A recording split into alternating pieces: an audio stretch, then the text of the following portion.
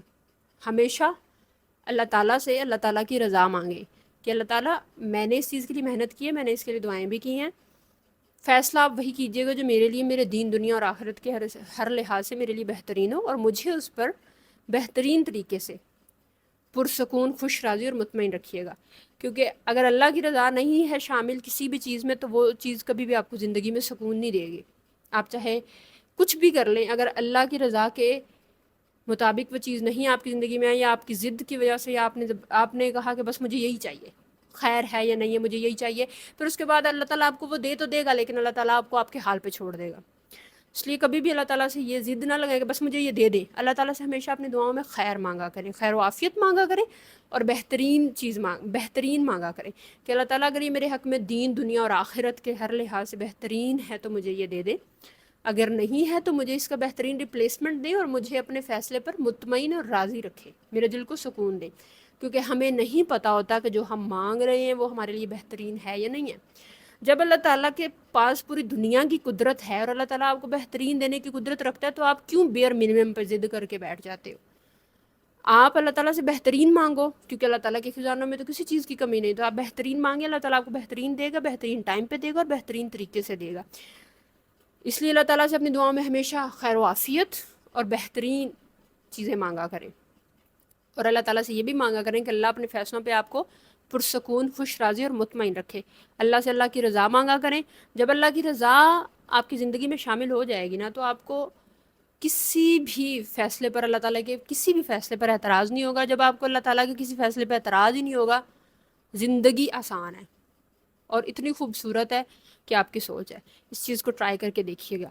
Thank you so مچ۔ اللہ حافظ۔